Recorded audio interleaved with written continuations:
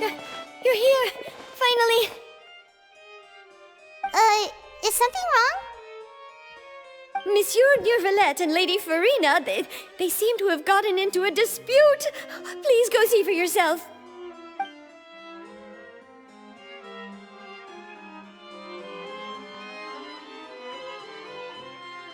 Like I said, I've already explained everything. And yet the problem has not been properly solved. There is little space for excuses between us. It is not my intention to offend you, but please, tell me where you stand. You are the Hydro Archon Focalor, are you not? Look at this. This is a list of the victims from the recent Poisson incident.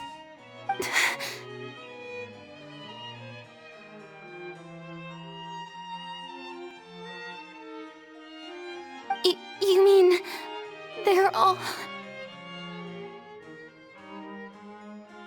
We did not arrive in time to avert this disaster, and I will not have it happen again. I will say this once more. You must tell me everything you know. Yesterday, I found 3 stone slates in some ancient ruins near Poisson. Do you know anything about those? Seriously? You're questioning me like this is a court case now. I don't know anything about that. But you found them in some ancient ruins, you say? That's correct, which is why I came to ask you some questions. There should have been 4 slates, but one of them was missing.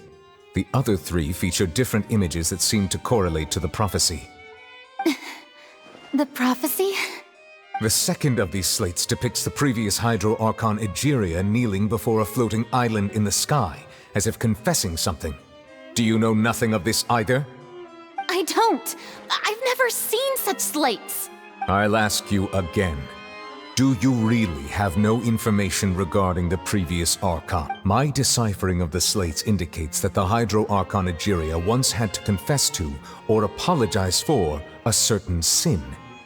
If anyone would know about it, it should be you. All gods don't have the same secrets, you know. She was herself and I'm me. Is it really so strange that I know nothing? I understand your concerns, but I'm sorry. I just don't have anything to tell you. Forgive me for saying this now, Lady Farina, but I have long known of your various secret investigations into certain matters. There are several indications that you have been investigating the prophecy on the sly. This is not strange in itself, considering that you are the Hydro Archon. But it is strange that you should also claim to not know any of Egeria's secrets, as well as do nothing following your inquiries. You have never been as superficial as you have presented yourself to be, nor are you a fool. And yet, your behavior is very inconsistent.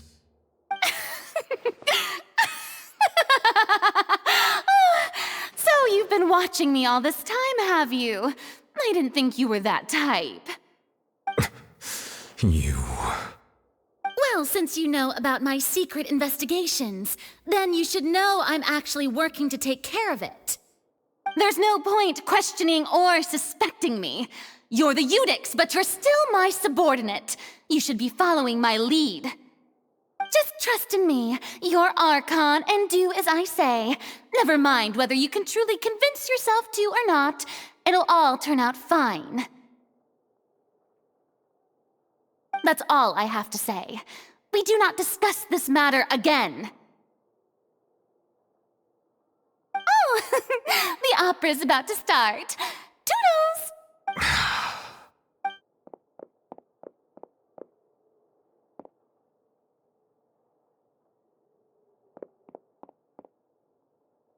Did Farina not notice us standing by the door? Wonder what's up with her. She was smiling. She didn't seem in the mood to I assume you've been outside for a while now? Oh! You noticed! Seems Farina didn't even realize we were here. She was in a great panic, though I cannot discern the reason. Our discussion reached impasses time and again, A state of affairs that we cannot allow to continue. Still, I do not understand. Dialogue is the basis for understanding, so why did she keep refusing to engage?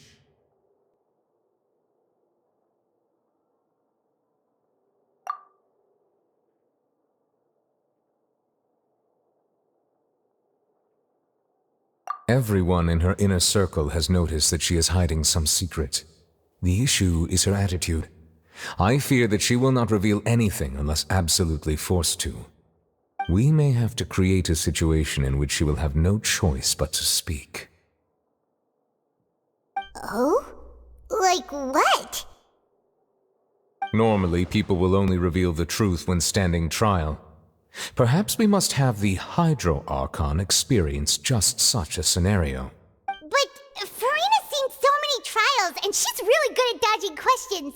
How do we make sure that she won't just slip away at the first chance she gets? We will need to consider this thoroughly, join forces with various...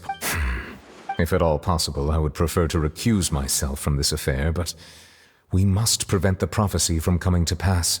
This may be cruel to her, but all Fontaine is in crisis. The information a god possesses is too precious, and so... But who will lend us their aid to do such a thing?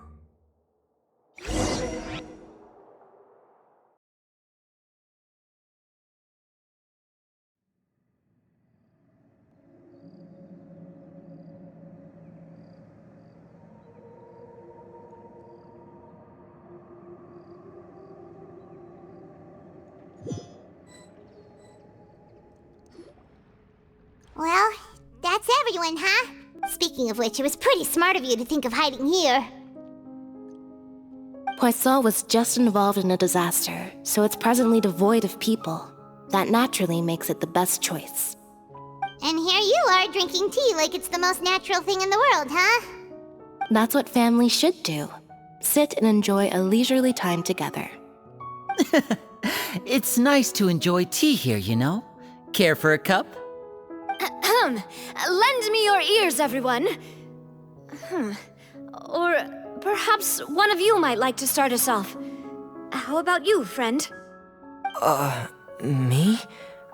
No, I don't think I can. Then, how about you, good sir? I fear that I will cause the mood on this boat to become as somber as it is in court. Well then, I guess we're lucky we've got a local like me to organize things. Wonderful, the spotlight at last. I guess I'll be facilitating things from here. That was a little long-winded, don't you think? Oh, you might be right. Anyway, to cut to the chase, our friend here, the Traveler, has brought us together to discuss something. As for what that is, well, let's start by saying that we'll be pooling our efforts together to create a series of traps. Oh, how intriguing. Well, it's just an expression, really. One that I just learned from Chlorand, and used on the spot. So, let's invite her to explain in detail. A round of applause, please.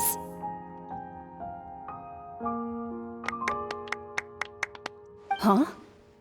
Didn't you say that you would be facilitating this? Oh, come now.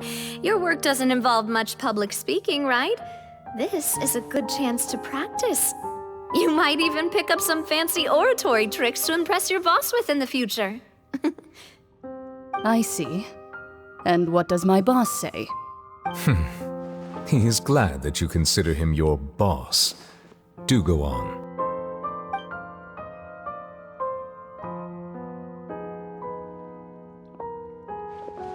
In that case, do any of you have experience hunting?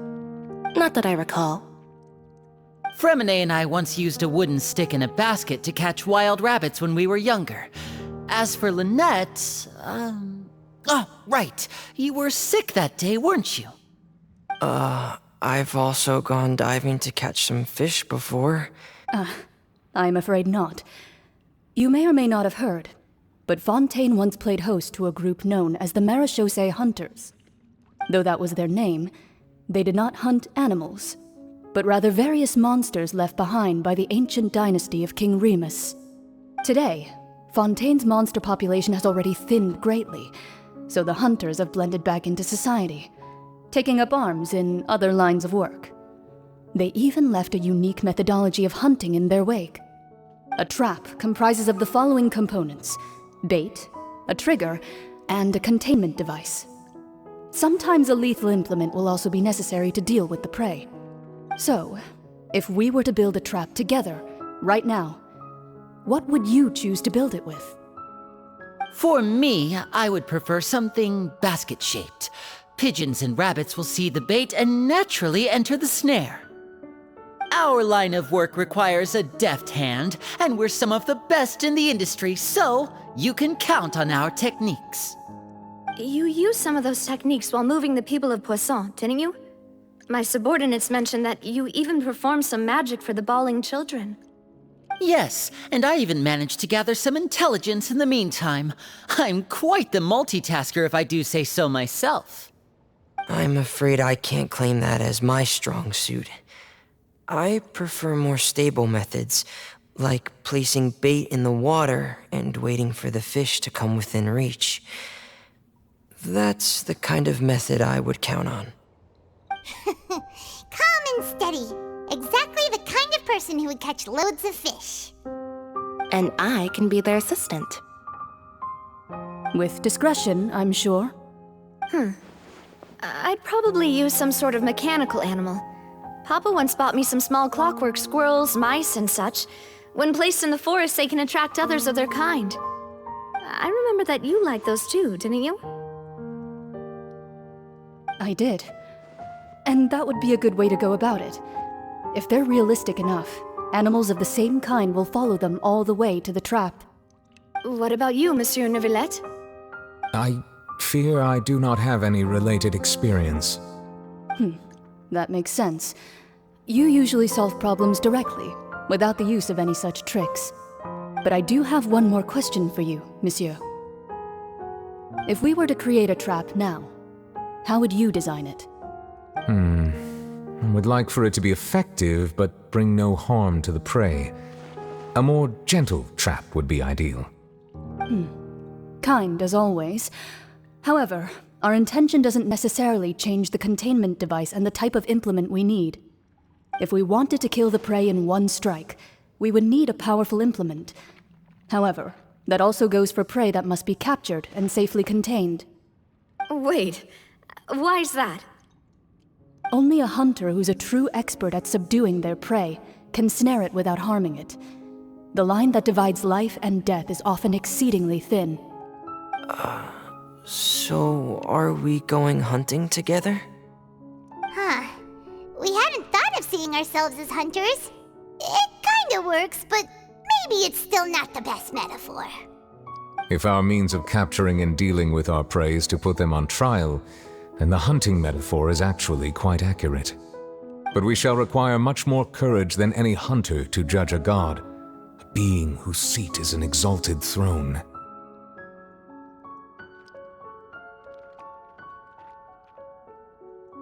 Oh, so that's what's going on. Sounds very interesting.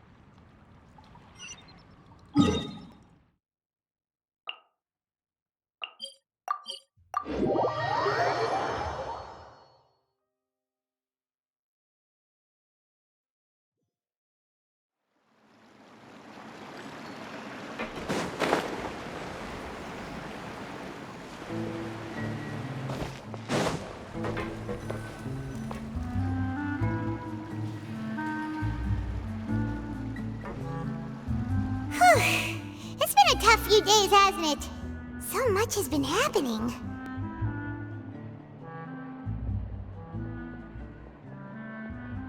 Paimon didn't think things would go on for so long, but everyone seemed pretty fired up, huh? Paimon thought they'd be at least a little frightened. Well, Fremine was, now that Paimon thinks about it, but everyone else just looked a little surprised.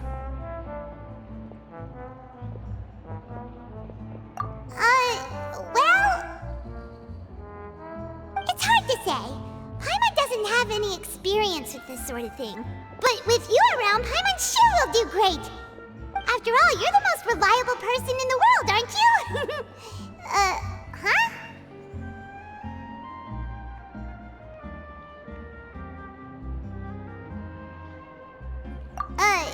Did you just pour some tea? Paimon didn't notice you doing that at all! Then what's that? Paimon's never seen that cup before! Don't be frightened. I'm just joining you two for tea. I merely refrained from saying anything till now. Who's that voice? But there's no one here! Ah, have you forgotten me already? Wait, you are familiar. You're the voice we heard from the sky in Sumeru. The voice from the sky, I fear that description is wrong. So, you're feeling lost now, just as you were feeling previously. I sensed that confusion and thus came to you. Guiding people is an irresistible hobby of mine after... Consider me a passerby, just accepting a commission from my friend's disciple on a...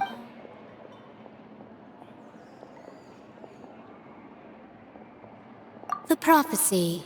Yes, what has been prophesied will be fulfilled. You may... What? Then is there any way we can stop it? I believe you have witnessed a failed attempt with your own eyes. Can everything in Teyvat so easily be changed? Ah, so you've caught on. Just as prophecies are usually only the future as seen from the perspectives of the gods, could things be happening in hidden corners where are the things that you shall see different from the fate that the god... What is she talking about? It all sounds really impressive and important and stuff, but... I believe that you understand, right? Some things are insignificant, but ultimately, fate shall serve as your only guide, no matter what will happen in Teyvat's future. This was good tea, by the way. Thank you for your hospitality. Well, that'll... The voice.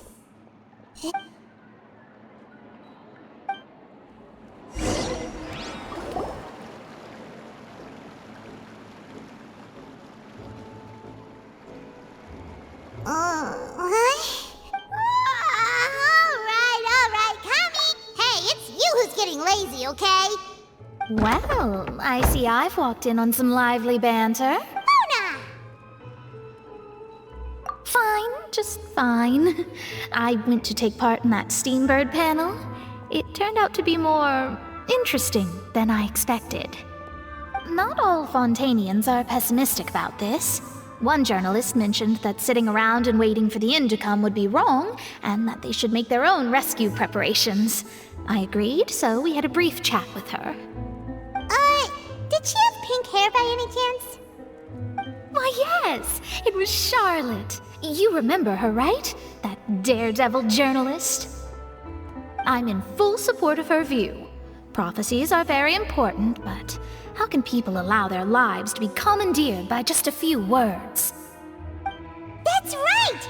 Paimon's glad to hear something sensible for once. Ah, yes. About what we had discussed before. I did try, but I'm afraid I couldn't reach the old hag.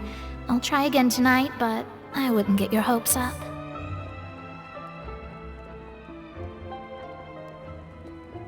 Huh?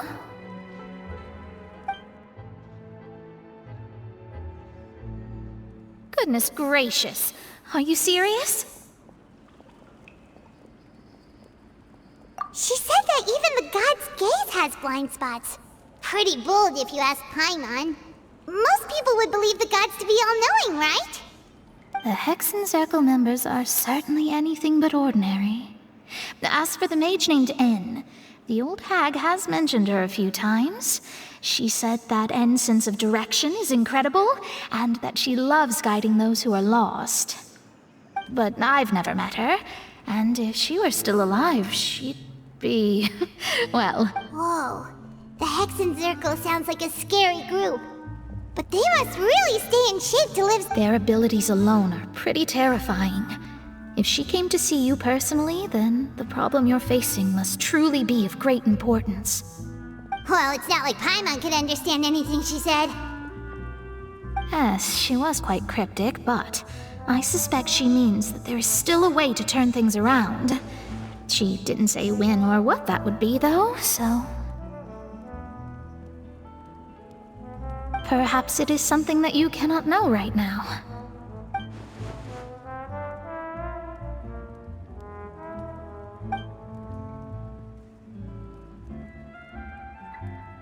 Traveler, Paimon, are you two all right?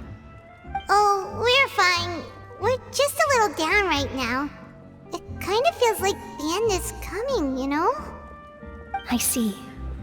I feel that same sense of desperation, too.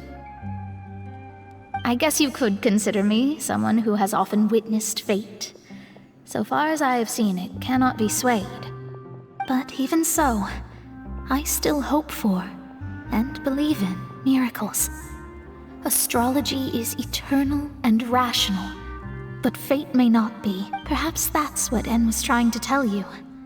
Not to lose heart, and to believe that what you are seeing playing out before you is not yet set in stone. I did originally think of steering clear of all this, but I couldn't. Even if this is all futile, I still wish to help everyone. If we don't struggle to the last, then how can we face the end when it comes? Huh. You do have a point. There I go, talking about astrological principles again. Sorry about that. The moment I start talking about work-related stuff... I need to get going. It was worth trying to comfort you, even if only a little. I believe that you'll help those who are struggling in the same way I did. I suppose that might be why we always seem to meet by coincidence. Paimon feels kind of moved by what Mona said, but also kind of sad, too. Hey, Traveler, Paimon suddenly feels like going outside for a walk. Let's go. Let's walk around the city, shall we? There's a few spots we always like to walk by.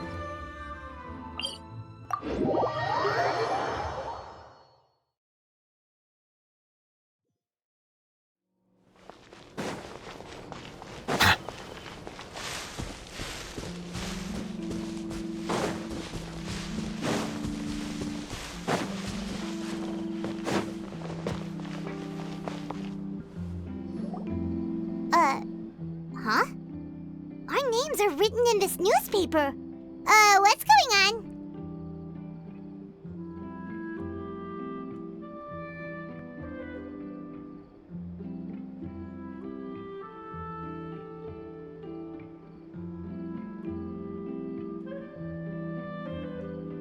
Let Paimon see! The underwater stronghold, the Fortress of Meripede, has continued in its noble autonomy, but that does not mean that others cannot interact with it. My recent attempts to enter the fortress bore little fruit. Huh. Guess Charlotte still hasn't given up on that. Thus, did an Outlander friend become the focus of this report, a blonde adventurer with their white fairy legends trailing in their wake. It is said that this mysterious traveler once visited the underwater fortress. So while the fortress's interior remains a mystery behind closed doors, do not fear, for the tales of the traveler contain surprises in spades. Journalist Charlotte's biggest scoop yet, the Traveler's Trail. Charlotte took so many awesome photos of us and we never even noticed her. She hasn't been able to get a hold of anything at the fortress, so since we're easier to find, she's using us as the subject matter instead?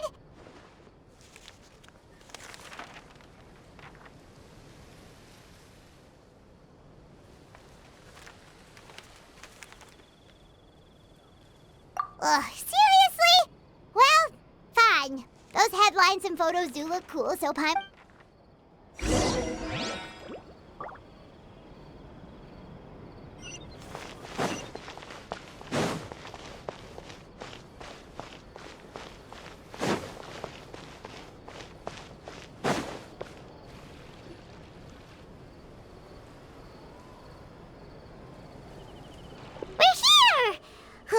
Paimon's hungry.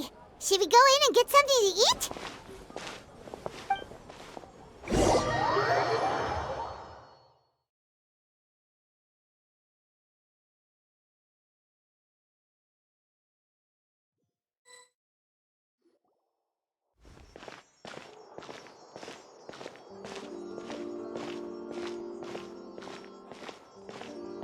Hey, quick! Look! That's the limited edition, only 16 slices a day cake! It was so delicious the last time we tried it, despite the tense situation we were in. Let's give it another go. Paimon's sure it'll be great. 1 slice of cake, please. Someone showed up after all. Oh, wait, you're the one from the Palais Mermonia. Oh, are you here to buy cake too? It seems Monsieur Nervalette was right. You really can eat. Wait, did he really say something like that? That's right. Even he has his own preferences when it comes to food. As for me, I love the cake and coffee here. Do you come here often? Usually every day. Every day? It's part of my daily schedule, apart from work. I shall have my cake and coffee. Then what if someone told you one day that this place would be closing soon, and you wouldn't get to eat cake here anymore? What would you think? But why would it close? Well, Paimon doesn't know either, but maybe the waters will rise tomorrow. You know, like in the prophecy. Oh, the prophecy. To be honest, I haven't paid much attention to that. No. Still, even if there'd be no more cake tomorrow, that wouldn't keep me from having some today. No. It's the same for eating in general. You might not be able to eat tomorrow, but if you can do so today, then you should carry on. That's what people call living. Huh. Don't be sad. Excuse me, could I have 2 more slices of cake to go? These 2 slices are for you. Sijuin said that this kind of expression you're making is what humans call being sad. Oh, you know Sijuin? I sure do. She was born before me, and she sometimes comes to the surface to teach us things about humans. She said that humans are creatures that are saddened easily. Yes, I've got something else to do, so I'll be going now. You two try to stay in a good mood after eating, all right?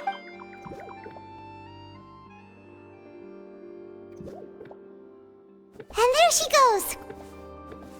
All right, let's dig in. I'm unsure this cake will be delicious. It's more delicious than last time! And the flavor gets even better with a sip of tea. It sure would be nice if we could come again tomorrow. Sure would be nice if we could always eat delicious food here.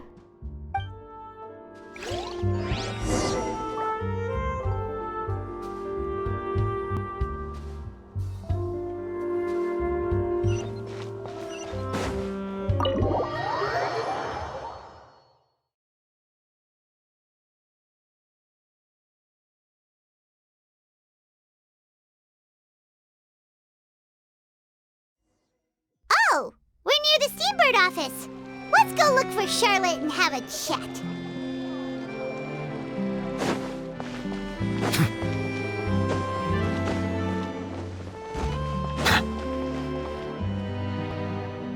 Wow!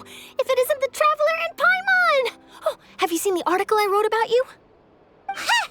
You've got some nerve! You just used us to make some quick mora!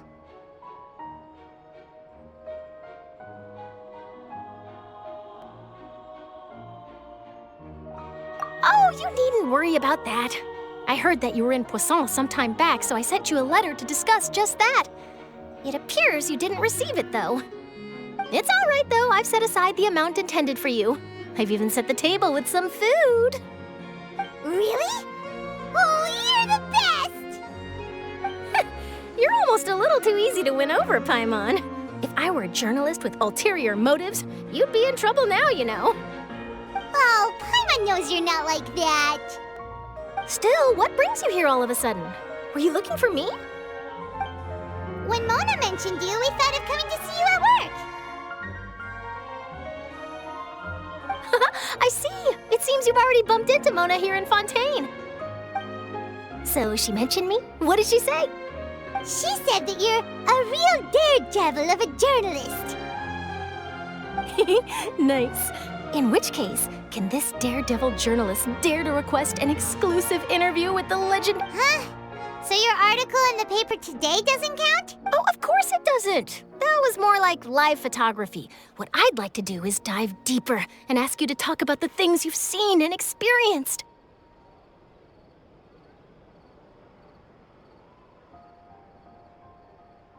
Yeah, are we even qualified enough? Why not? If I say you're worth an interview, then you're worth it. But not right now, of course. I'll need a few days to prepare. Oh, in that case, we'll just chat when you have the time then? Oh, so that's a yes? Ooh, splendid! I'll tell the editor-in-chief immediately. I'll have to apply for lighting, a venue, some props, and... Whew, so much to get done now. Talk to you later. Wait, Charlotte, Paimon's still got a question for you. And what's that? If, just for example, Fontaine were to be flooded tomorrow, what would you do today? Huh, that's the prophecy you're talking about, isn't it? I mean, I do hear about it often, but I've never once thought that the day could be tomorrow. If you're seriously asking, then I might try and think of a way to leave Fontaine. From what I've seen, most people don't know what they'd do should the worst come to pass. So in all likelihood, I'd probably still be prepping at the office for that interview of ours. Just think about it. If this nation really were to be suddenly destroyed tomorrow, but I still successfully finish an exclusive interview with a truly unique person, then the story I would wind up writing would truly be timeless. And then do you know what I'd do? Well, I'd write that story, send it for printing, and use messenger pigeons to get copies out to the various nations as soon as possible. I'm not a dreamer, nor am I a workaholic, but I do love my job, and I'd be proud of leaving such an article behind. I guess you could say that I was born to be a journalist. But anyway, that's my answer. And on that note, I'll get back to my preparations. That's so nice. All of a sudden, Paimon actually kinda envies her. Anyway, let's go and take a look at the sea, shall we?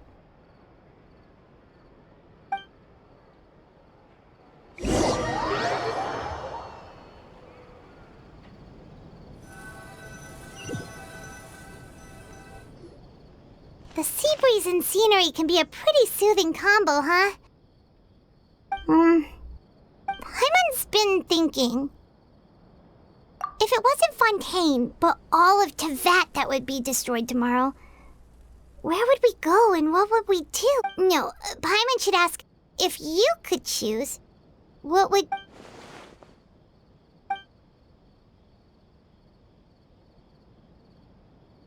We've always been moving to the next destination, so we haven't spent much time thinking about these kinds of things. You mean, still traveling? Huh. Wait, isn't that what we've always been doing?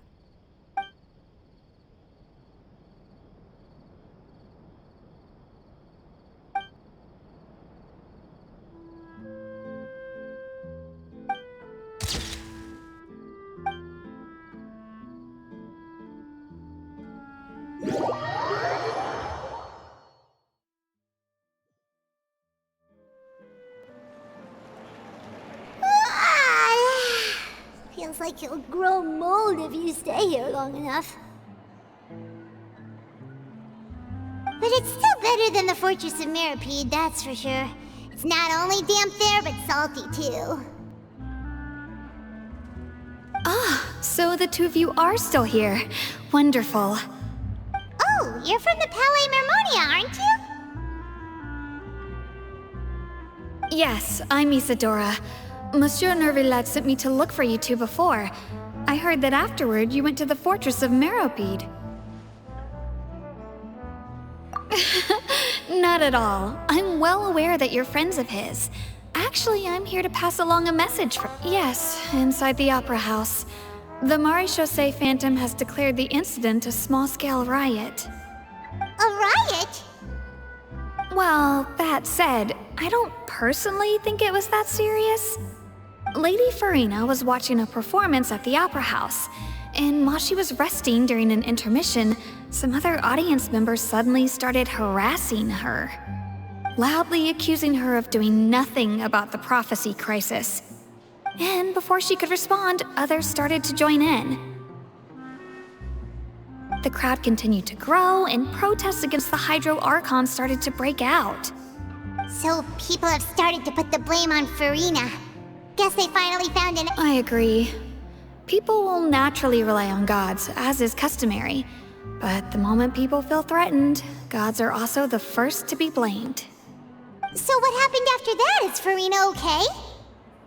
Seeing that the situation was spiraling out of control and that further argument was pointless, she claimed that she'd gotten tired of this and left in a hurry.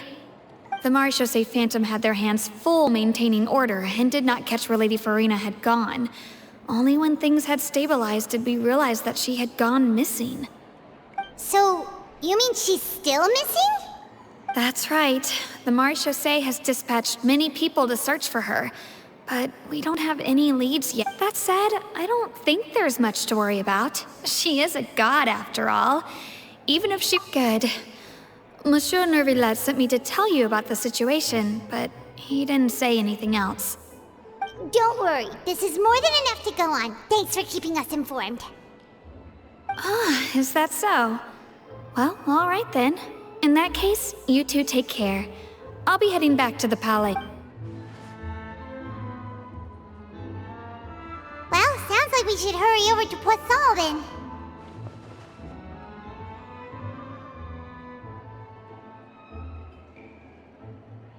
If we know Farina, she won't try to fix things in this situation. Instead, she'll look for a place to wait out the heat. And, as we also know, she may be loud and dramatic, but she doesn't have a— When Nervillet was talking to her in the Palais Mermonia, and she heard about Poisson, she couldn't hide her sadness and remorse. It would be hard for her to ignore being accused by the public today. Paimon thinks Farina's probably taken the opportunity to slip away to Poisson and try to relieve this— Huh! Well, what do you think? Paimon knows the answer, of course, but Paimon— In that case, there's not a moment to lose!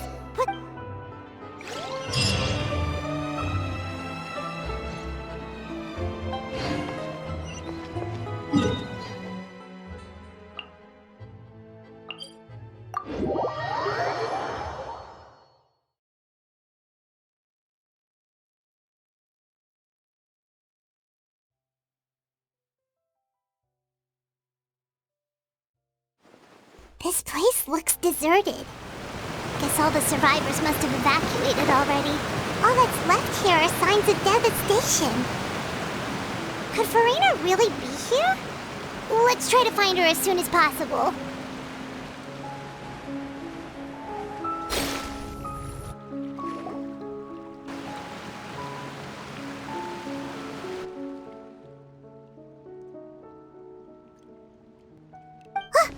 That's Farina, right over there! She really is here all on her own.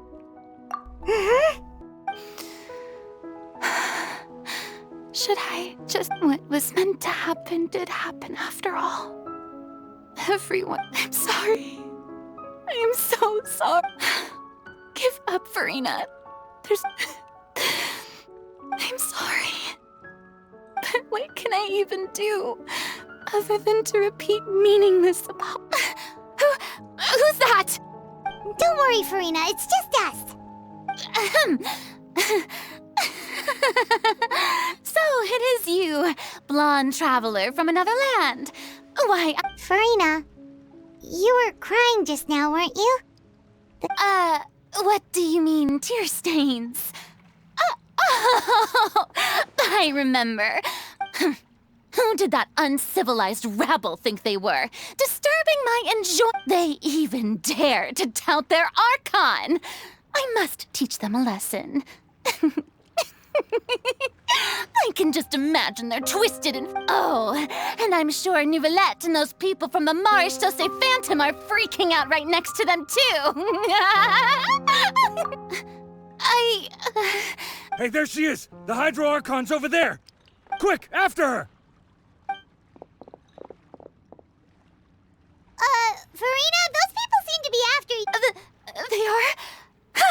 They're just some rabid fan. That's against the rules. I can't let them get their way. Farina just ran off! Quick, we have to catch up with her!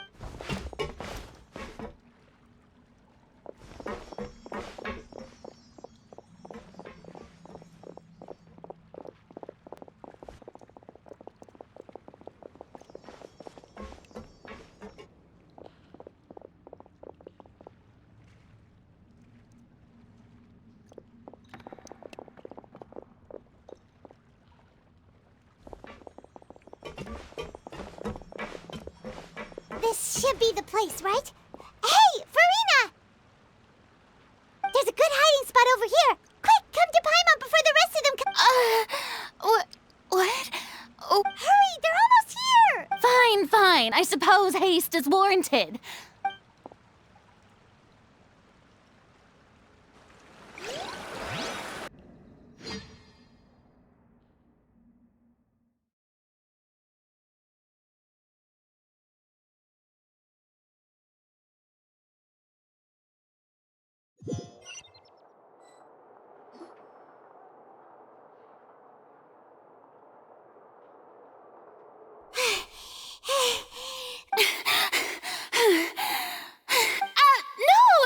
I merely gave in to the sheer enthusiasm they displayed. You're right. Yep, that's a good girl.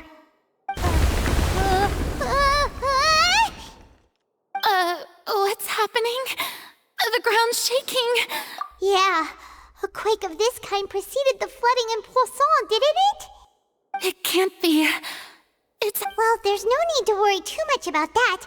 Nouvellette's made some emergency plans, so the evacuation should go along. Yeah, I hope you're right. But the people of Poisson...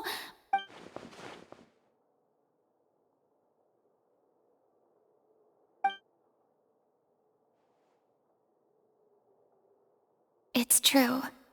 I've been investigating the prophecy for I once had informants all over Tevat, searching for clues and feeding info. I've tried all kinds of ways, too, to hold back the sea. Anything, but all my efforts proved to be futile in the end.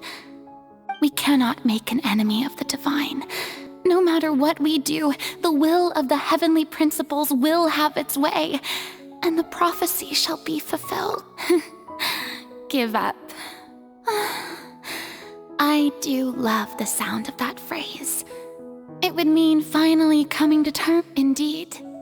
I've thought about giving up so many times, especially after we almost lost Poisson. Fate is really unreasonable, isn't it? It has no heart and obeys no rules.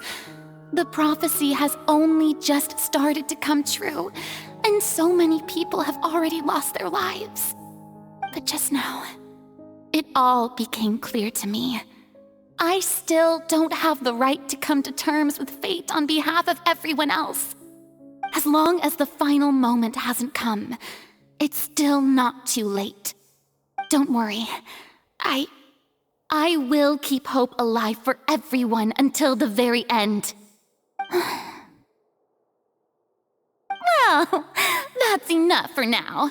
I got the impulse to play the stricken maiden, but honestly, considering my rank and state, don't take any of what I just said seriously. How could I possibly let Fontaine fall? Come on! Paimon could have sworn you were actually being honest.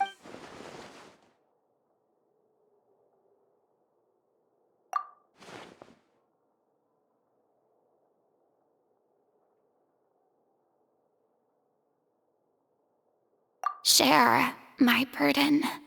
That's impossible. It was fated right from the start that this would be my duty alone.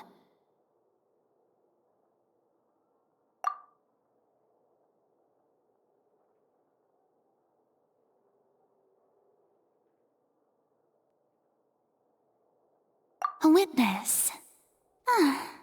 Yes, I've heard that you came to Tevat from beyond the... And if Tevat is, in its entirety, a show on a stage, then you're... If that's the case...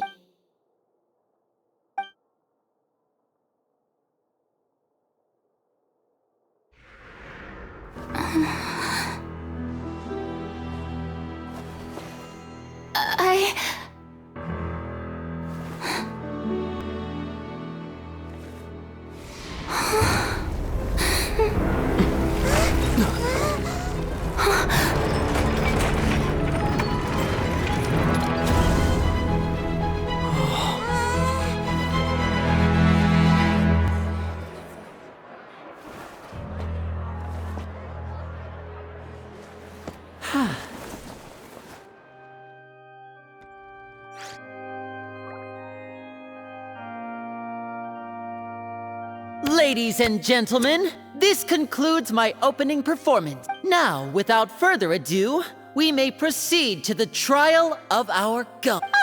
So, this is what it is. Yes, you deserve praise for the effort you do not forget, however, that I am Fosalor, the god of justice, the embodiment of justice itself. May I interpret these words as your refusal to stand trial? In that case, you will have the opportunity to defend your honor through a duel. You would draw your blade against a god?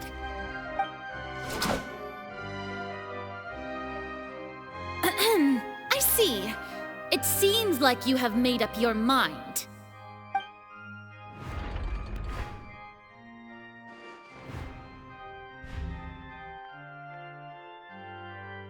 Paimon can't believe it.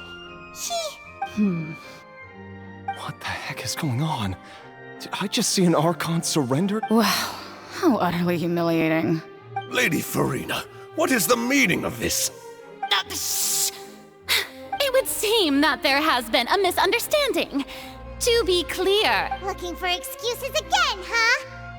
I raised my hands just now to indicate my acceptance of the trial. No duel shall be necessary. I will admit that I've been running away for a long time. I'm sorry, everyone. I was unable to protect the people of Poisson. It is my duty to stand trial for my crimes. You are not the only ones to be disappointed in me. I, too, am exceedingly disappointed in myself. But now, it is time for the Hydro Archon to show you her courage and resolve. I, Farina, will use this trial to show the world the truth. This time, I will protect you. Applaud and rejoice. One of the most outrageous and fantastical arcs known to the opera epiclese. Mark my words. This shall be one of the most exhilarating and brilliant shows ever to grace the stage of Fontaine! Woohoo! Oh, now we're making history. Why does it feel like Farina just took over the whole thing? Like, come on! Didn't she just get forced? Also, even though she's still acting super dramatic, she is taking... All right, then. Who will be my opponent? The court asks the prosecutor to please take the stand. Is that so? Very well. Then please speak, witness.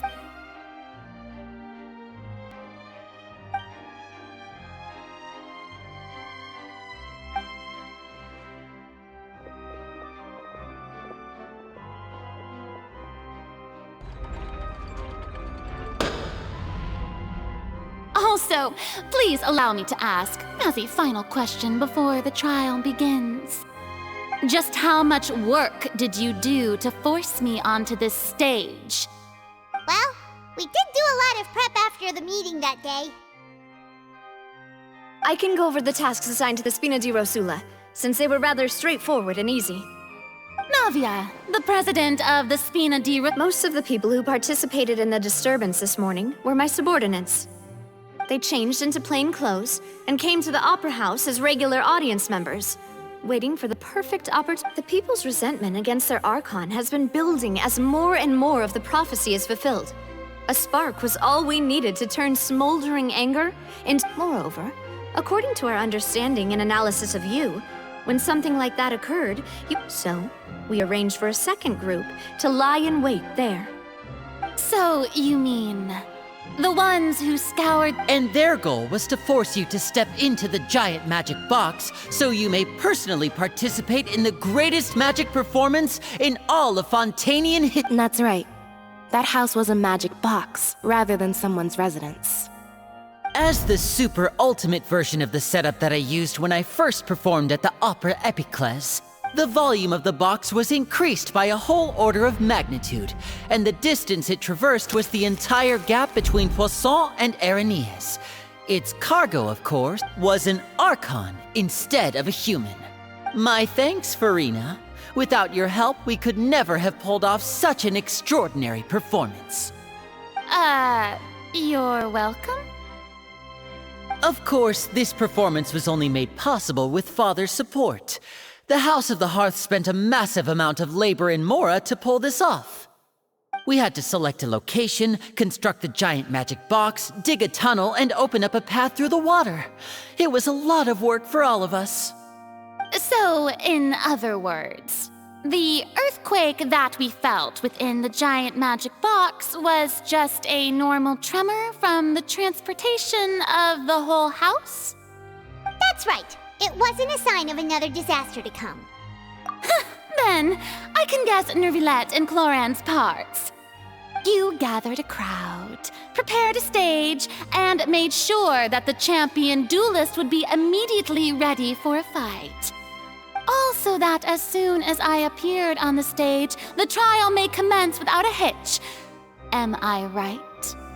Yes, that is correct. Well, Clorand, I must commend you for your courage. Only the most outstanding champion duelist in all of Fontaine would accept a duel with an Archon without flinching. Thank you. As for you, Traveler, I suppose your role was to keep me distracted with conversation once you found me in Poisson. You'd make sure that I didn't notice anything amiss before revealing yourself as my prosecutor once we'd arrived onto the stage. Oh?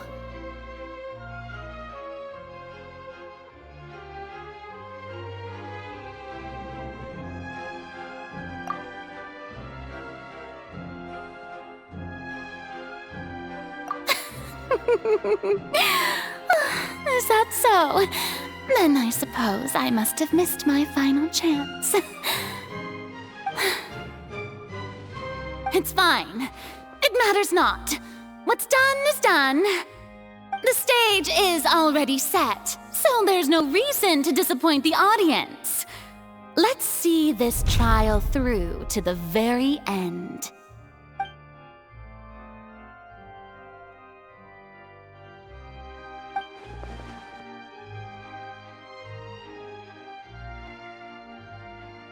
Sir Prosecutor, please allow me to pass this along.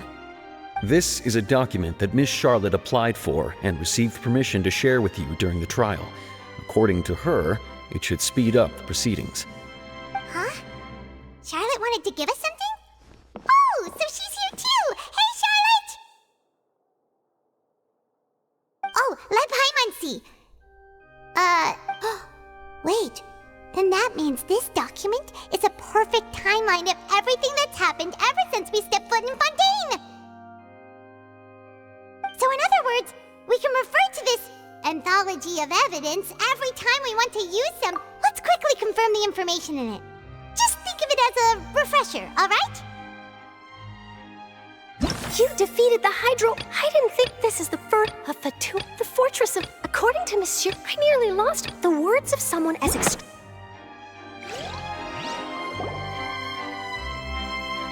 The prosecution and the defense are both in position. The trial shall now begin. Oh, come on, Nervylette. There's no need to repeat all the unimportant legalese. Just fast forward to the part where the prosecution lays out my offenses. Of course, it is only natural for humans to struggle to understand the actions of a god. However... That's true, but my charge here is unrelated to your conduct as an Archon. Instead, I would like to charge you as a fraud who's never been the Archon in the first place. Wait, what was that? Lady Farina's a fraud? Hey, I came here thinking that we were going to try the Hydro Archon for forsaking our duty, but... Charge accepted. Lady Farina, do you plead guilty to the charge? Lady Farina. I plead not guilty. There is no way that I, Focalor, otherwise known as Farina de Fontaine, a member of the Seven and the Regina of all waters, kindreds, peoples, and laws of Fontaine, could be anything other than your true Archon. Yeah, even though Lady Farina can be rather eccentric, isn't it going too far to doubt her very identity? Yeah, I've never questioned her identity either. Sure, Lady Farina can be super irresponsible. I have cause to believe that common sense will prevail in this case. Many of the members of the audience have known me as the Hydro Archon ever since they were born. There would be no fooling their memory. See? Even the Oratrice has decided to show me its favor. Are you sure you want to commit to a charge that will never be upheld? If you wish to drop the case, I can promise you as the God of Justice that you will not have to face trial for making a false accusation. Huh. An argument with near impossible odds, huh? We have to not only refute Farina's claims, but also overturn the long-held beliefs of the people. Well, I tried to give you the chance to surrender. If you must persist, then let me ask. If I was not the Archon, then how did I manage to live for over 500 years?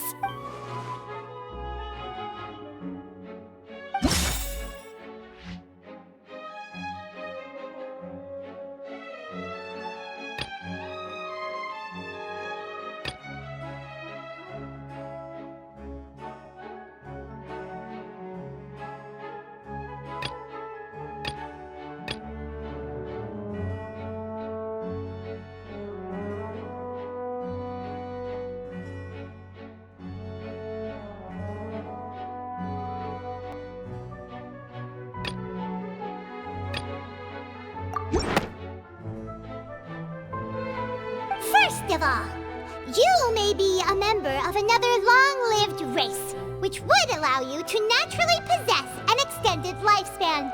And Who gave you that idea? Was it the knave? You'd sink so low as to use a harbinger's words against me. A curse? I once thought it possible that the aura of an Archon might naturally resemble a type of curse. But in light of this claim, perhaps what I sensed was not your divinity, but a curse after all. You sensed it too, huh, Nervylette?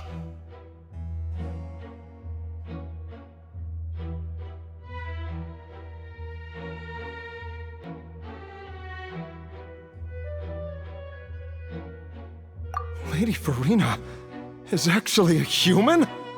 Well, it is true that it's extremely difficult to tell humans and gods apart just by looking at them. It's not impossible.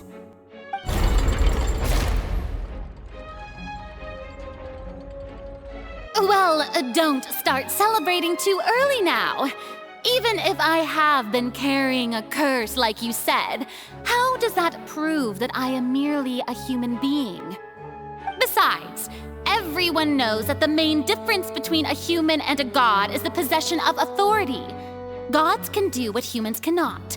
That's why they're worshipped as gods.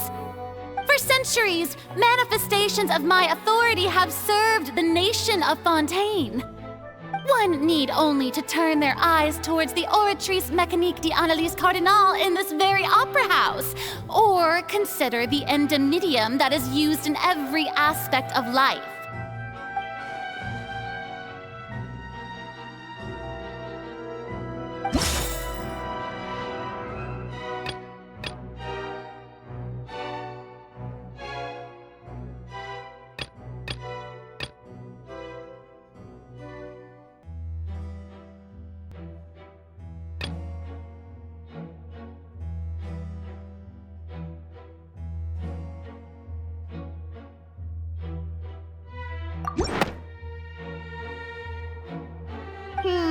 That doesn't sound right.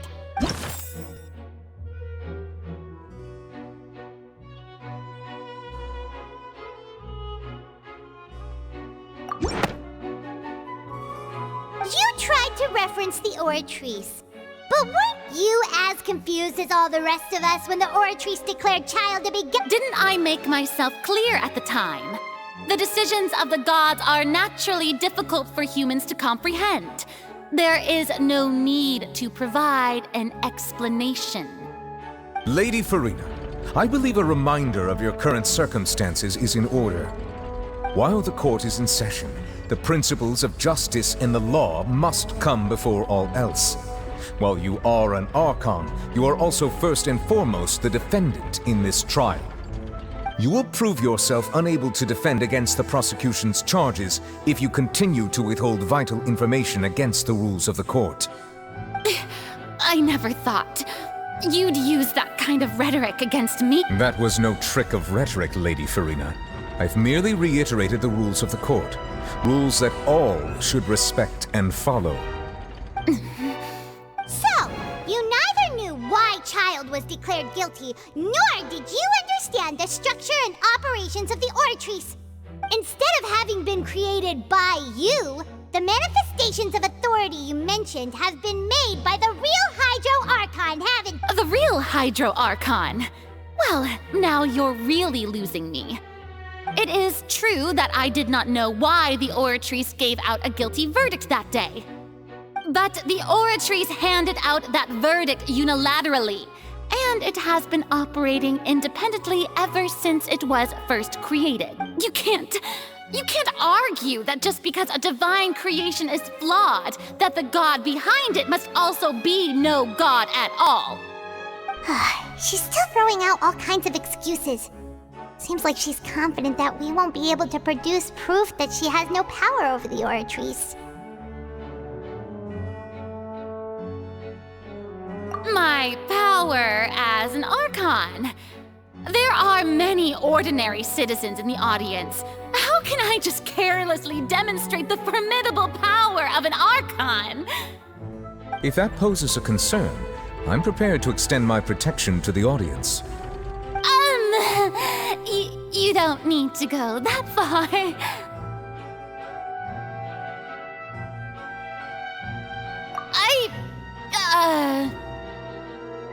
Aren't you the Hydro Archon?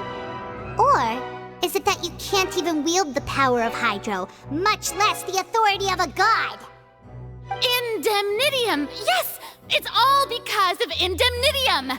All Archons derive their power from the faith of the people, and I've converted the people's faith in justice into Indemnitium. Thus did I give up all of my divine power to provide everyone with energy for their daily lives. Have you ever seen a more magnanimous god? Isn't that a huge stretch? Yeah, no matter how generous an Archon can be, how could they give up all their power? Can a god with no power even still be called a god? It seems like nobody's buying Farina's excuse. Hey, come now, everyone. Please don't stare at me as if I'm still the same Farina you knew, right? The one that that you loved. Please, If what the prosecutor said is true, she really has committed a grave offense. Did she deceive all of us?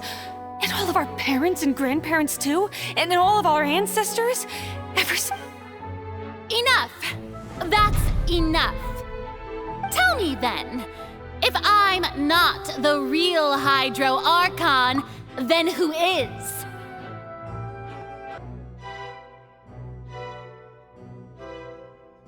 If you have no evidence of another Hydro Archon's existence, nor can you find anyone who can back up their claim to be such, then what grounds have you to say that I'm— Wow, she came up with yet another argument.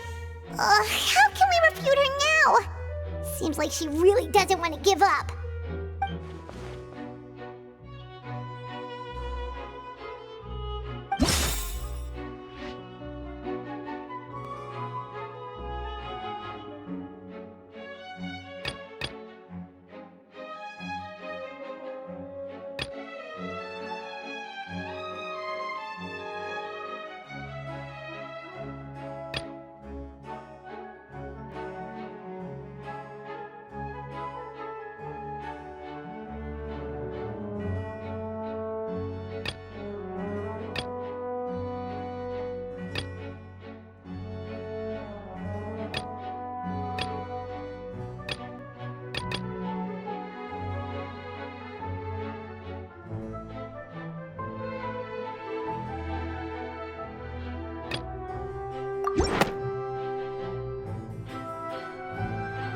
It has been established that all Fontanians can dissolve in water from the primordial sea. Since you insist on claiming to be a god and not a human, then there's a method that you can use right here and now to eliminate— Miss Navia, please apply to serve as a temporary attorney for the prosecution before addressing the court.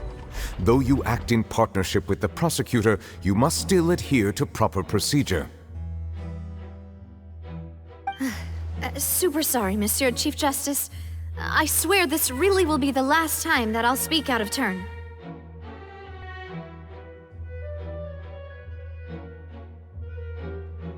Now, I've brought some seawater from Poisson. As everyone knows, a massive flood struck the area not long ago, taking many lives, including those of some of my closest friends. So, Miss Farina, would you dare to touch some of this seawater? If we are to believe that you are indeed the real Hydro Archon, touching this seawater would have no effect on you. All it should do is strengthen your case. But if you don't dare to touch it, then we would have basically proved the reverse.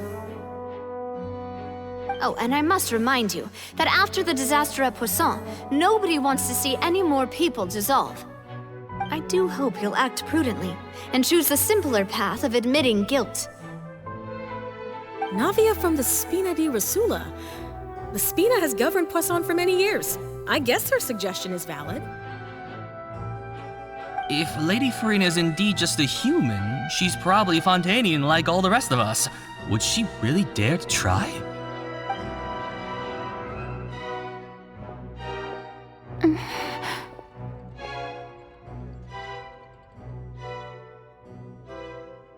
Lady Farina, this test has been unilaterally proposed by the prosecution. As it falls outside the realm of standard court proceedings, you possess the right to decline participation. Well, of course he had to tell her that. But refusing to participate is basically the same as a confession of guilt. She's just staring at the water without saying a single word. It really does seem like she's quite terrified of— What's going on? Is she really planning to— That's not what we thought. Due to the inherent risk of the test, Lady Farina, you may— Hey!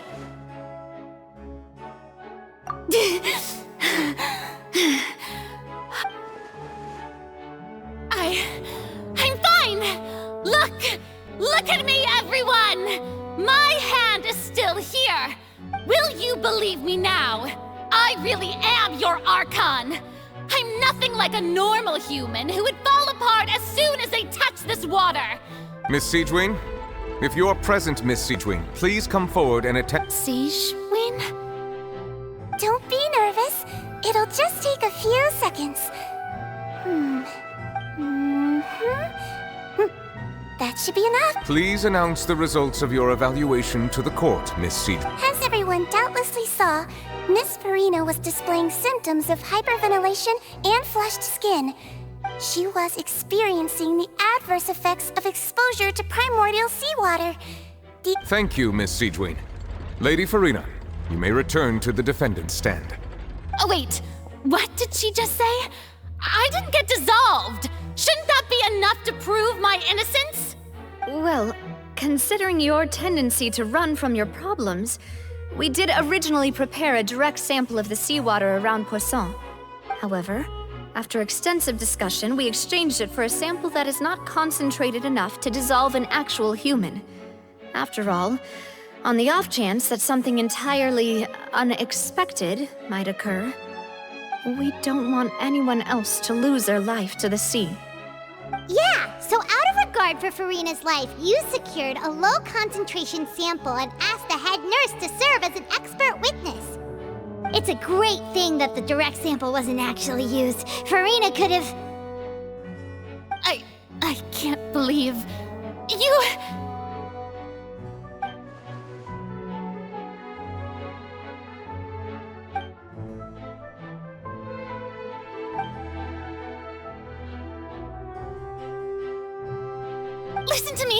Listen to me, everyone! Please don't give me such cold and disdainful looks! What happened just now didn't prove a single thing! Think about it! How can you conclusively prove that an Archon can't also be affected by the primordial seawater? Also, if I was really just a human, why would I dare to just put my hand in that kind of water?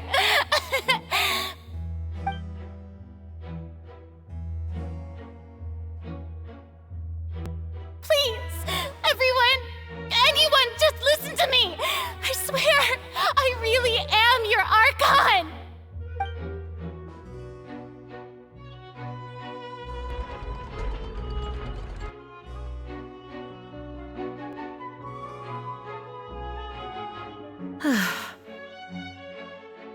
I don't think anything she says at this point will sway anyone. The odds are just too stacked against her now. With all the things that have been said, Paimon doesn't think there's any way left for Farina to win. I believe the time for arguments and presentation of evidence has come to an end. If there are no objections, we will move on to the final judgment.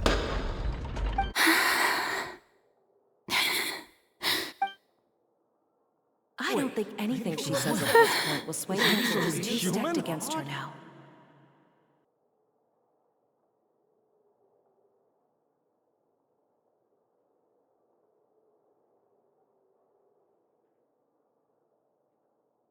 In my capacity as Chief Justice, I shall now render judgment on Farina's misrepresentation of herself as the Archon of Fontaine. As a human who knowingly deceived her fellow citizens, Farina is... guilty.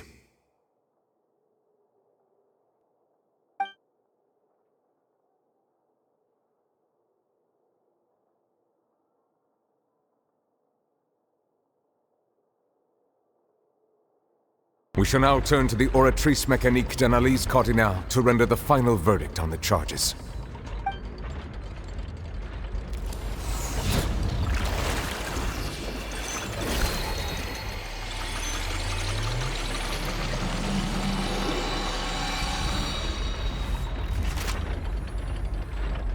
According to the judgment of the Oratrice Mécanique d'Analyse Cardinale.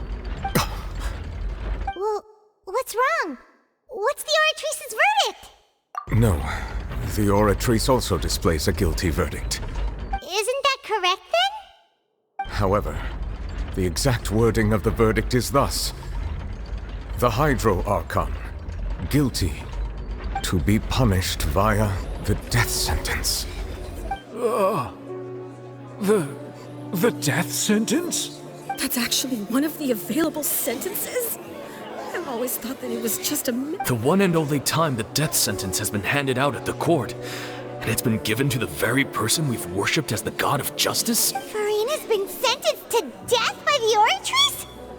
We just wanted to use the trial to show her the seriousness of things so she'd tell us the truth. This outcome is indeed quite strange. According to Fontaine's current definitions of justice, as well as its recommendations for... Is this sentence really appropriate for the crimes that have been committed? Yeah! Even Fauché wasn't sentenced to death by the Oratrice. You know, the real evil mastermind behind the serial disappearances case. Indeed. Not only is Farina's sentence overly excessive, the very point of our trial today was also to prove that Farina has never been the Hydro Archon in the first place. But now, the Oratrice seems to have deliberately invoked the title of the Hydro Archon.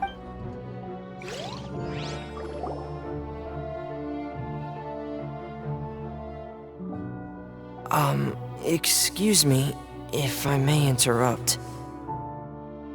Is the trial still going? Fremine! You finally made it. I assume this means you've completed your mission? Mm-hmm. Any mission Father assigns to me will... Is that the first prophecy slate? Huh. So the knave privately arranged for Fremine to try and find the... I looked everywhere and finally found it at the bottom of the sea. But has the trial already concluded? Then... doesn't that mean... Thank you for your hard work, Mr. Fremine. Please allow me to review the record left on the slate. Traveler, I believe that you have already seen the other existing slates. I would like you to come here and confirm their contents.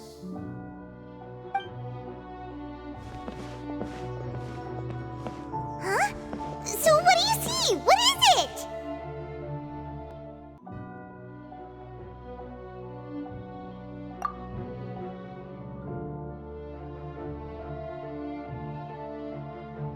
I believe I have now made sense of the Hydro Archon's crime.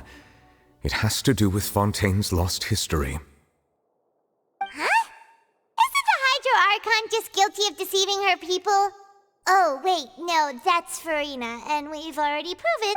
So when you say Hydro Archon, do you mean... In truth, everything that you've encountered in Fontaine up until this point can be traced back to the contents of these stone slates. However, I'm uncertain as to how much sense they currently make to you. Okay, let's try to recall the contents of the other 3 stone slates.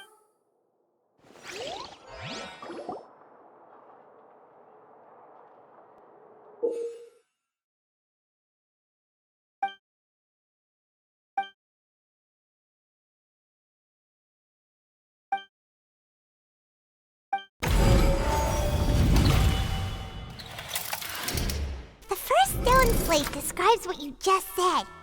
It seems to show the previous Hydro Archon using her divine power. Does that mean that Fontanians are transformed Oceanids?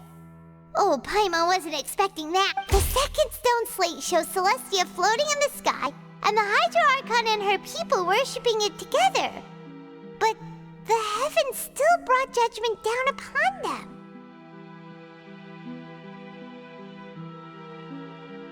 This must be the point when the Hydro Archon and the Fontanians were branded with their original sin. Does this mean that the original sin and the Hydro Archon sin are the same thing?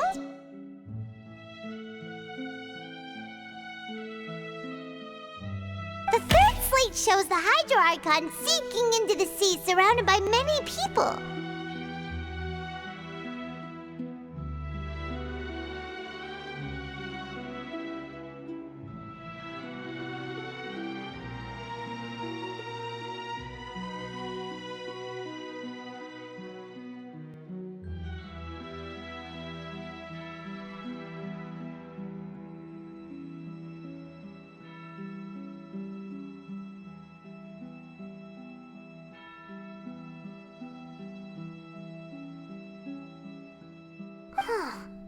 That reminds Paimon, didn't we also watch that happen to someone else?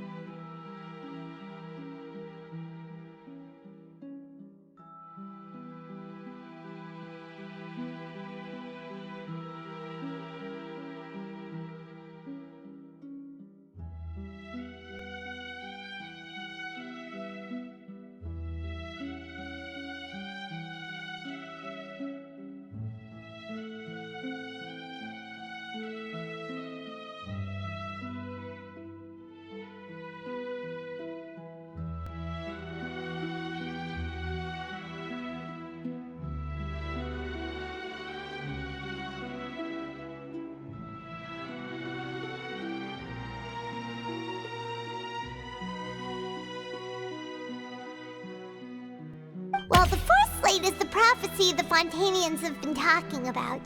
People dissolving into the sea, the Hydro Archon crying on her throne, and so on. We didn't believe that such a crazy disaster could happen at first, did we? But after that incident, it was just a question of when.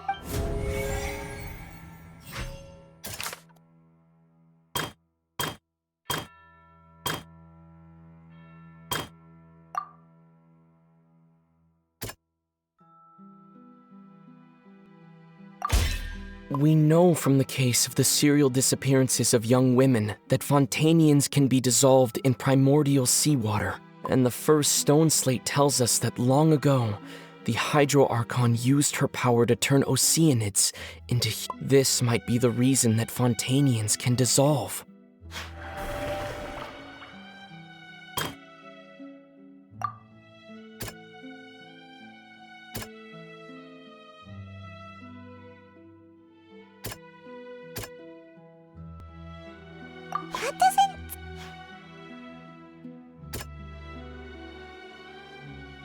That doesn't.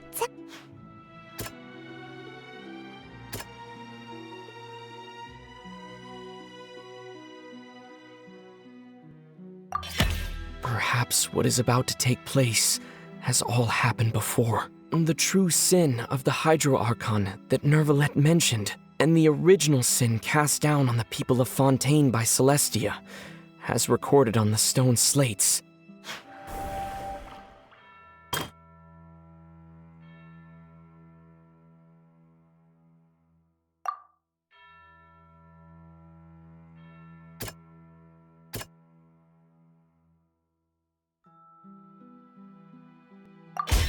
It's not as simple as falling into the sea. When Navia fell into the sea, her consciousness was subjected to judgment. The stone slates show the people gathered around the Hydro Archon in the sea. Could that be alluding to the same thing?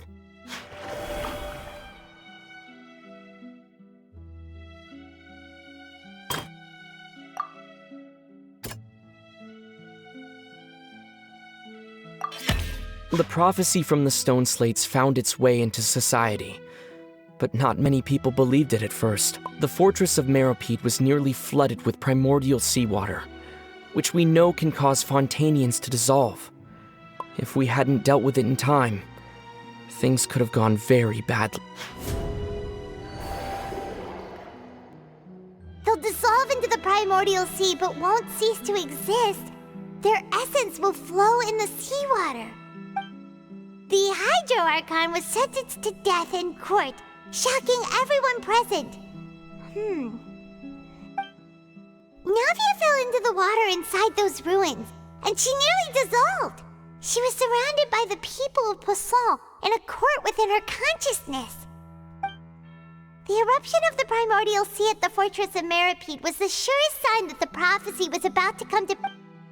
The prophecy's contents can all be verified by recent events. If we combine...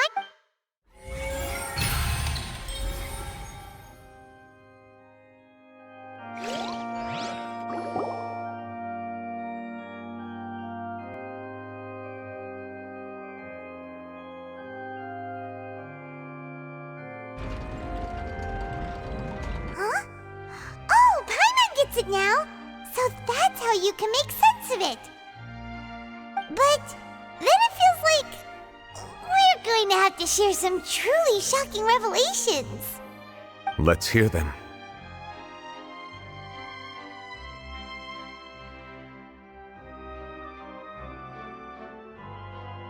Incredible. Linny, did you hear that? We're not real. All Fontanians were originally created by the late previous Hydro Archon, with Oceanids as their basis. The evidence for that can be found in how only Fontanians could dissolve in primordial seawater, and how all the girls Vacher dissolved were... Oh, and according to Navia, when she was about to get dissolved, she also saw everyone gathered around for a trial, all of them in the shape of Oceanids. Indeed.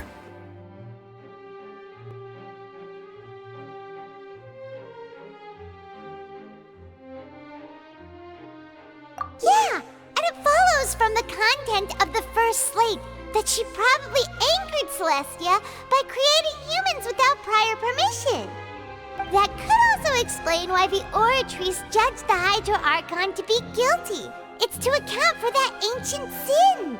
The Hydro Archon's true sin was... And yet, after many hundreds of years, the Hydro Archon's creations have turned around to try to judge the Archon within the Opera Epiclese.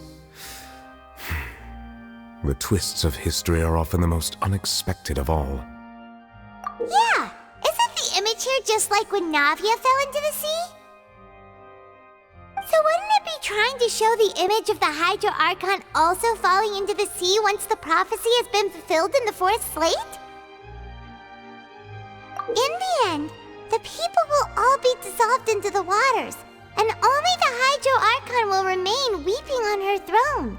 Only then will the sins of the people of Fontaine be washed away. Did Paimon get all that right? You've made some keen deductions. I must say, given how much you still don't know, it is impressive that you've already managed to However, while you were able to decode all the information on the slates, they've also been etched with an additional layer of hidden... When we were at the ruins, I tried to decipher the hidden information recorded in the slates. Now that the slate collection is complete, I shall make another attempt to decipher the narrative record.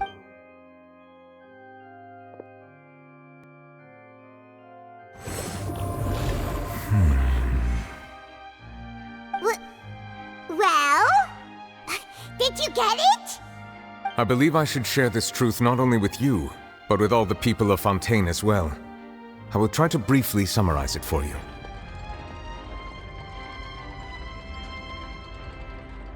Your hypotheses regarding the origin of Fontainians and the sin of the Hydro Archon were both correct. In the Fontaine of old, the previous Hydro Archon sensed the yearning of her Oceanid familiars for life on land.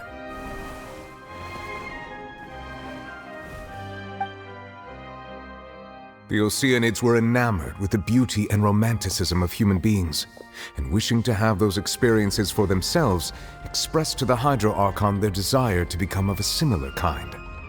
However, even though water as an element is intricately linked with the power of life, the Hydro Archon, as one of the seven, did not possess the authority to create a new form of human life. Not one to give in, she eventually found a way to create permanent humanoid bodies for her familiars by appropriating the power of this planet's primordial sea. She poured primordial seawater into the Oceanids' blood vessels, creating humanoid mimics in the process. But if Fontainians were to ever come into direct contact with water from the primordial sea, the power within their bodies would escape these artificial restraints and return to the sea. As a result, their forms would collapse, and they would be reverted to their original forms as Oceanids. Of course, the Hydro Archon never received permission from the heavenly principles to create a new human race. And thus, the Hydro Archon and all of her creations came to shoulder the original sin of appropriating the power of the primordial sea. That is the true history of how the people of Fontaine first came in. So we were all Oceanids before we... That's way too much information for me. I think I'm just going to pretend that I never heard a Wait, but if that's the truth, we can't let the Hydro Archon be sentenced to death. After all, her only sin was... This really might be too much information for your regular Fontainian. Alas, your hypothesis regarding the third and fourth stone slates was inaccurate. The slates' respective positions are, in fact, correct. A key point of the visual on the third slate is how all the individuals depicted in the water are humans. They have not been dissolved, which implies that the water depicted in this slate is not water from the primordial sea. The nation of Fontaine is the nation of Hydro, as well as the nation of trials and justice. Instead of being the literal element, you may also recall Navia's experience. When she fell into the sea, her consciousness was surrounded by that of many others, who... Therefore, the meaning of the third slate is that the people of Fontaine shall try the Hydro Archon at the court of justice. Yes, it refers to our present situation. I think I'm following now. So, what you're saying is, even though we decided to put in truth everything we've done has happened exactly as the prophecy foretold. So now, it seems, we're the ones... What should we do? Huh. No matter what, the prophecy will be fulfilled. If that's the case, does that mean the scene in the fourth slate will also be fulfilled? Traveler, I would like to point out another small fallacy in your about the fourth slate. You probably thought that the eruption of primordial seawater beneath the fortress of Meripede served. However, I believe that rather than being a sure sign, that eruption could in fact only be a small warning of something. As for the root cause of the catastrophe, I believe you've already encountered it.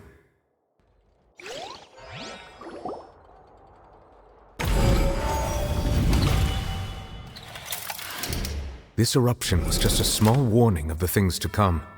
We must find the root cause of the disaster.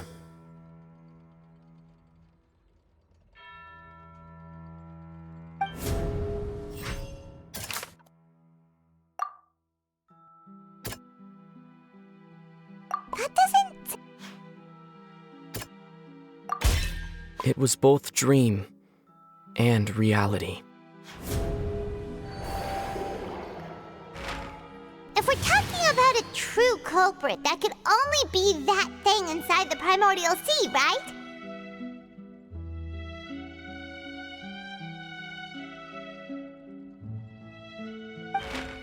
The truth, the original sin, the trial, and the root cause of the disaster.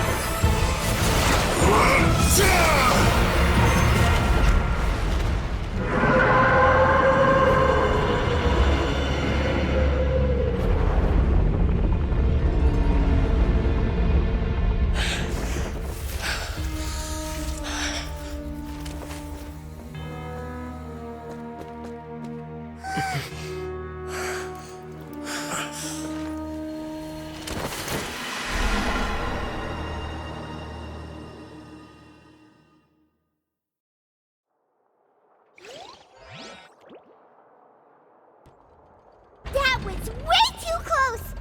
How did that thing just burst into the opera house? Wait, was that the huge whale you saw in your dream?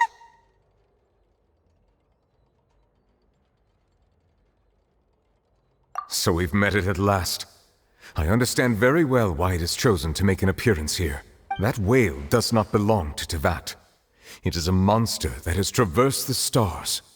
It has been greedily consuming the energy from the planet's primordial sea, using it to grow. That is the main cause for the rising sea levels. And once it has finished consuming all of the energy contained within the sea... You said that when the Hydro Archon first created Fontanians out of Oceanids, she filled their blood vessels with primordial sea... Precisely.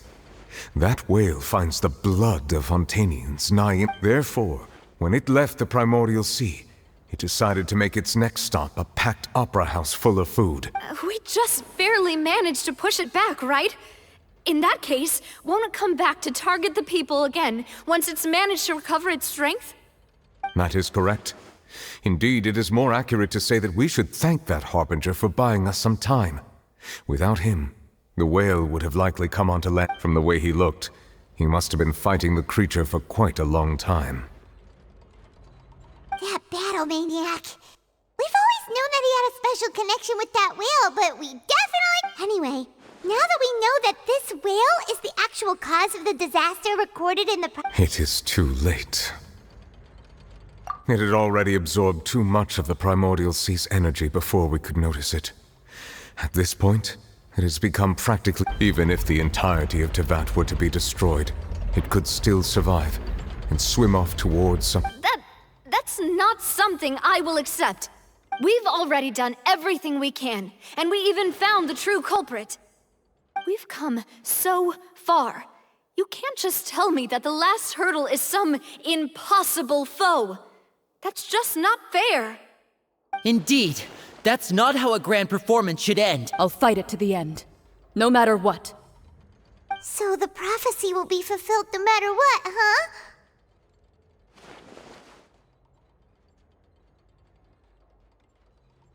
The prophecy. Yes, what has been prophesied will be fulfilled. You may view...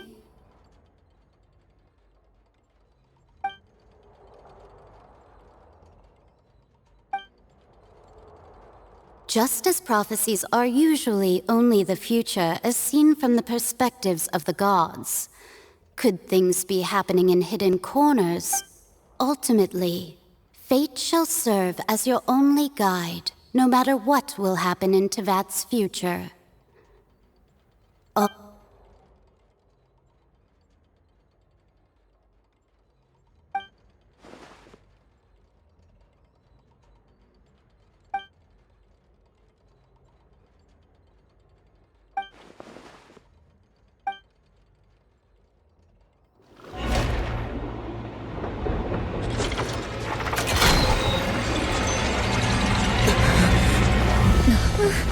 What's happening with the oratories?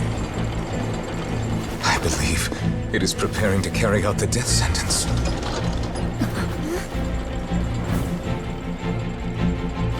Farina!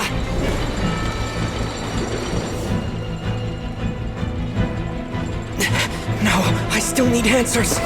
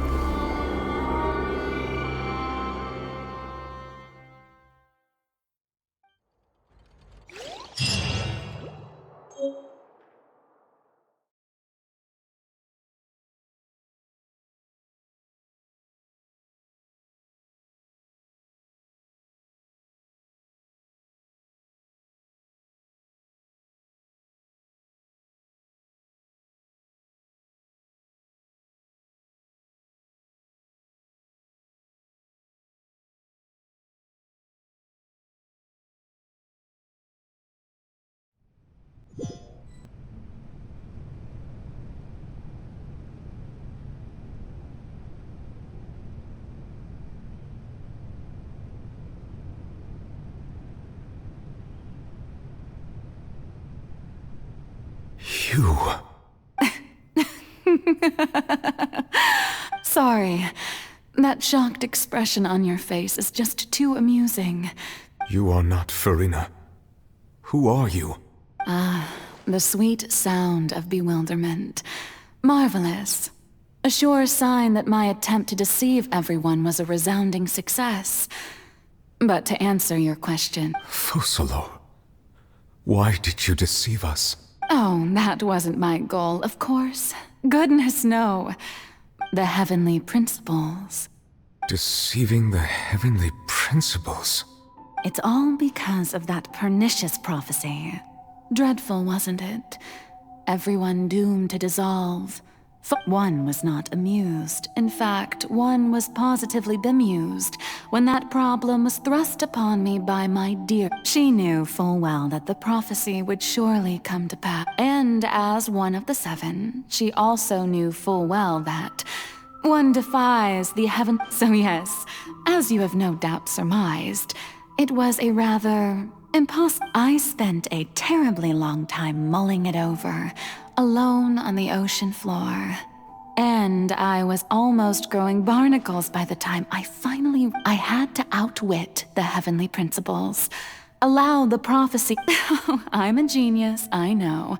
I can only assume that's why Egeria chose me as her successor. Although, looking back now, it was hardly the inheritance one dreams of. Between the task of saving the nation, the quotidian duties of the Hydro Archon, and not to mention the original. But one can only play the hand one is dealt. I did not choose this, any more than I chose to be. So you were also once one of the Oceanids, transformed into a human by Egeria's. Yes, I was. I always dreamed of becoming human. And I still do, even now. After becoming a god, I separated my divinity from my body and spirit, leaving behind only a self that was as naive and bewildered as my past self. The me you see before you now is that divinity. And the human counterpart I left behind, she could feel joy, sorrow, and everything in between. She could be as her strengths were of a kind only a human could possess. But in my eyes, Furina's humanity was what made her perfect. She was perfectly human in every way. The person I always wanted to be. Anyway, so then I cursed her. All part of the plan, of course. The plan to deceive the heavenly principles. Do you still remember the final scene of the prophecy? The Hydra Archon alone, weeping on her throne. In order that the prophecy might appear fulfilled, I invited Furina to be an actress, to play the part of the Hydro Archon in the prophecy.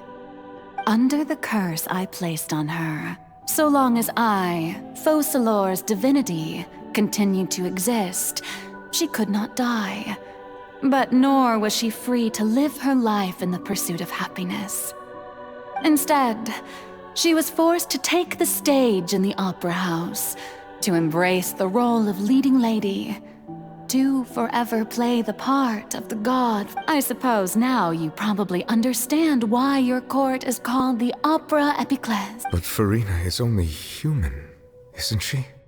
Even though she has had a long life, her mind is no stronger than that of any other ordinary human being.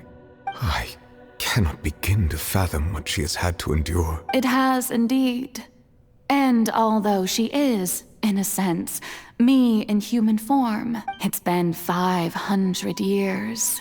And all along, she's been playing her part in the most unimaginably long, unbearably lonely,